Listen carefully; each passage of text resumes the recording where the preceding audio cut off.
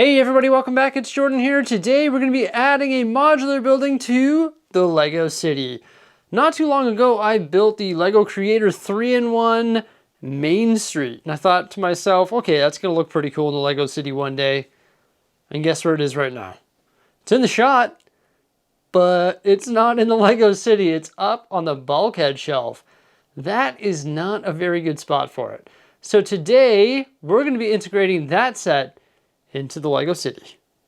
So the set does look pretty good. I love all the different building styles of it. You've got like a hotel, then there's a instrument store, a record store, and a little cafe. So you got lots of little facades there. The problem is, like all Creator 3-in-1 sets, it doesn't have a complete back, and you have to like throw a bunch of parts at it or get two sets to complete it as it is, right? Because you could have 4 separate little builds in your city street.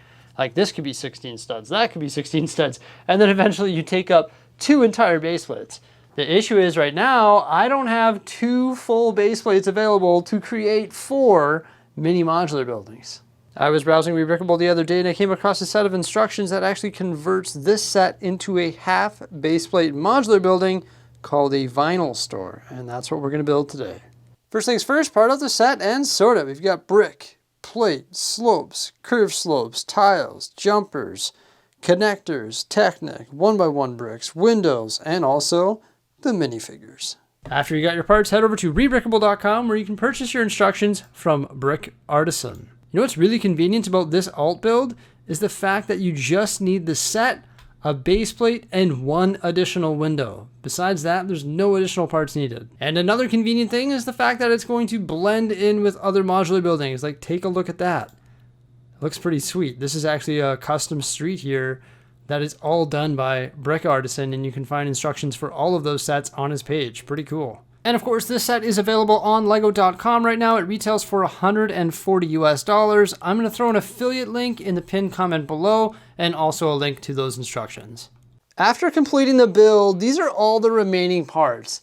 There's some plates, some random colored like arches, some connectors, a ladder, a flag, and then some weird tiles there. But there's like barely any parts remaining.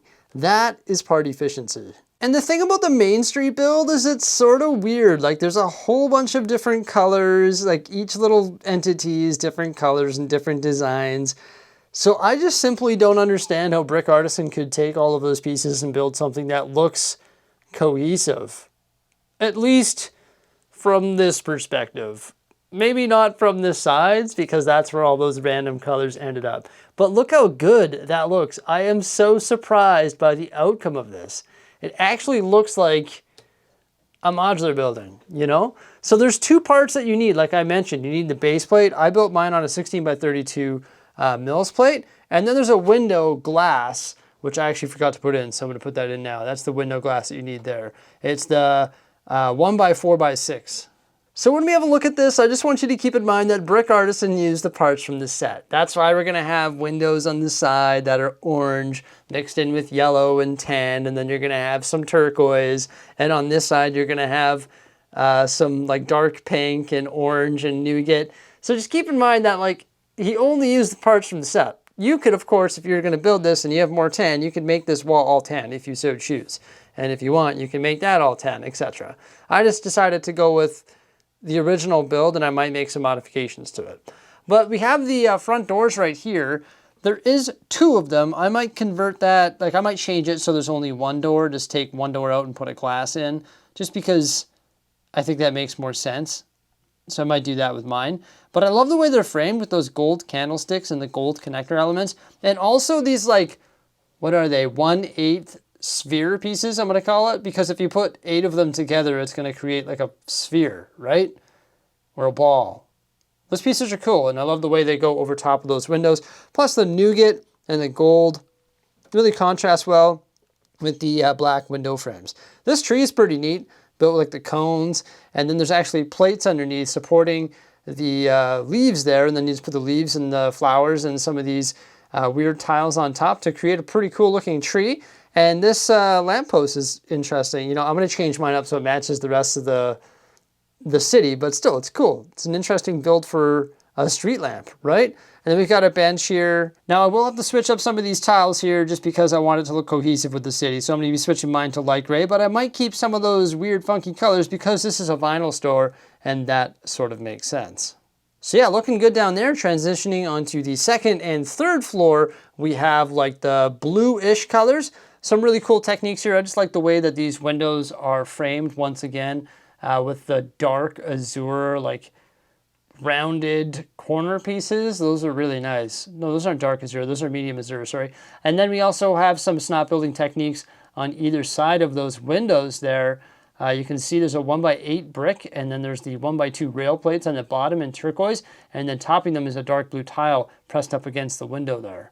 So that looks really good. And then there's more framing here that's done with snot techniques. You got the dark blue plate and also dark blue tile. And also we got the dark gray tiles going over top of those windows, framing them nicely, and some flowers on the bottom. So that just looks really good. And of course, this matches that, other than the wheel wells right there, which frame those windows really nicely in the turquoise color, right? So yeah, really cool looking facade.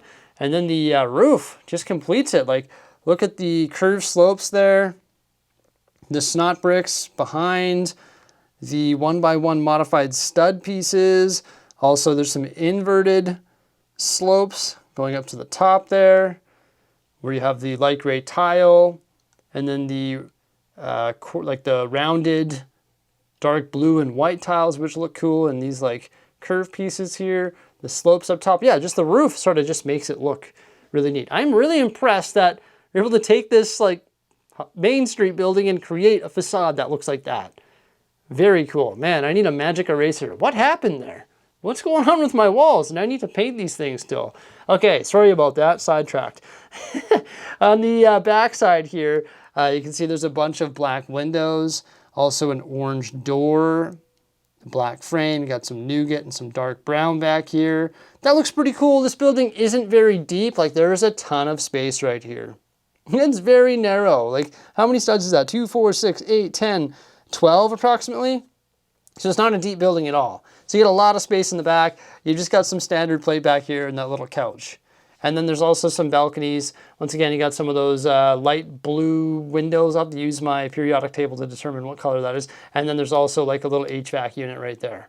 So the exterior looks pretty good. I like the front of it. I guess the sides look iffy, but once again, part constraints. It's not very deep, but you won't really be able to tell when it's among all of the other modular buildings, right? I don't know if it needs to be any bigger than it is. And of course, there's a fully detailed interior. Let's pop it open and have a look. So all sorts of funky colors from the exterior, and of course those are carried on into the interior, but maybe it makes more sense on the interior because once again, this is a vinyl store, right? So you've got some musical instruments on a pink wall. Does that make sense? I don't know. Maybe. I think it looks pretty flashy, right? We've got a keyboard, a piano, a guitar. There's also a microphone there. And then you'll see some brown windows, which are empty, and there's some panels behind those windows. Well, those are actually racks for records. So we have these little mini builds right here that are built using the 2x2 print pieces. We got the boat, the elephants, and also the bridge. I believe they represent records, and they are designed to sit in that rack loosely. I am not a fan of loose things in models, so mine will not be sitting there. I will just put those in my parts inventory because why not? Those are cool. I could use those elsewhere. And I find if they sit there loosely, when I place this thing, they're gonna go on the ground, and then I'm like, oh no, I may as well just take them out. Then we've got some other interior details, such as a little record player right there. I believe that's a record player, or is that a drum set? I'm still undecided, but there's some musical notes above that, and then there's also a drum set and a staircase leading up to the second floor, and you can see all those black windows as the back wall there. So another thing that I will be changing on my model is the tiling. You see how this wall sits here loose?